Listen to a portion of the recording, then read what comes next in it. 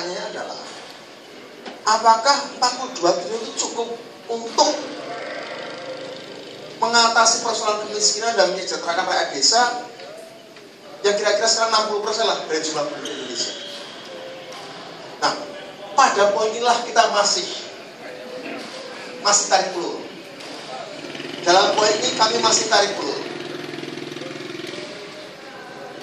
Karena itu dalam waktu dekat, kami sekarang reses, Agustus kami akan sidang lagi. Kami akan memanggil langsung menteri-menteri. Kami akan tanya, siap kapan kita akan selesaikan undang-undang ini? Dengan ketentuan-ketentuan yang kami sampaikan tadi. Rupanya, semalam kami buka puasa bersama dengan berbagai macam kementerian. Ada Kementerian Dalam Negeri, Kementerian Keuangan, Bappenas, Kementerian PU, segala macam, eselon 1-nya dan eselon 2-nya, dirjen-dirjen segala macam. Ternyata barulah ketahuan rupanya di dalam tubuh pemerintahan itu sendiri, antar kementerian tidak satu suara. Kalau tidak satu suara, barangkali mending. Sebagian dari mereka tidak tahu sebenarnya apa yang menjadi persoalan.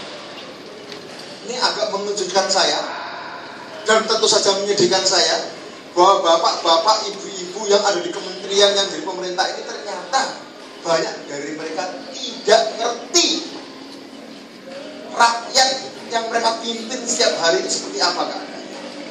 Tidak memahami bagaimana struktur anggaran itu harusnya dialokasikan ke rakyat. Tentu saja itu membuat saya kaget.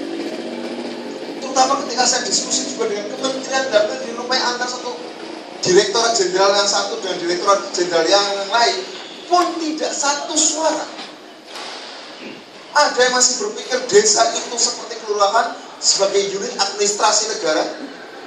Ada yang lain berpikir desa itu adalah semacam organisasi komunitas yang mempunyai hak asal usul yang dihargai, keragamannya, otonominya, kemandiriannya. Jadi dalam tubuh pemerintahan sendiri belum satu suara. Karena itu kita akan tanya nanti menteri-menteri, sebenarnya posisi pemerintah bagaimana? Jika nanti kementerian atau menteri-menteri itu tidak jelas memberikan jawaban, nanti pimpinan DPR akan langsung bertemu presiden, konsultasi langsung, menjelaskan duduk permasalahannya, dan meminta presiden segera memberikan arahan yang jelas bagaimana sikap pemerintah. Jadi Bapak Ibu sekalian, persoalannya yang menarik di sini adalah justru tingkat politisasi dalam undang-undang ini di level DPR yang seharusnya politis malah relatif beres. Posisi masing-masing fraksi relatif dalam isu-isu strategis itu sama. Soal anggaran untuk desa, soal memberikan kemandirian untuk desa, penghargaan atas desa adat, pengelolaan aset-aset oleh desa yang ada di desa itu sendiri, itu relatif fraksi-fraksi sama posisinya. Justru yang ada dalam tubuh pemerintahan itu sendiri malah saling berbeda pandangan, saling berbeda kepentingan, yang masing-masing punya teori dan alasan serta argumentasinya sendiri, malah bingung gewek. Nah, jadi kita yang solid di DPR malah mereka bingung sendiri dan mereka malah pecah sendiri, kira-kira demikian.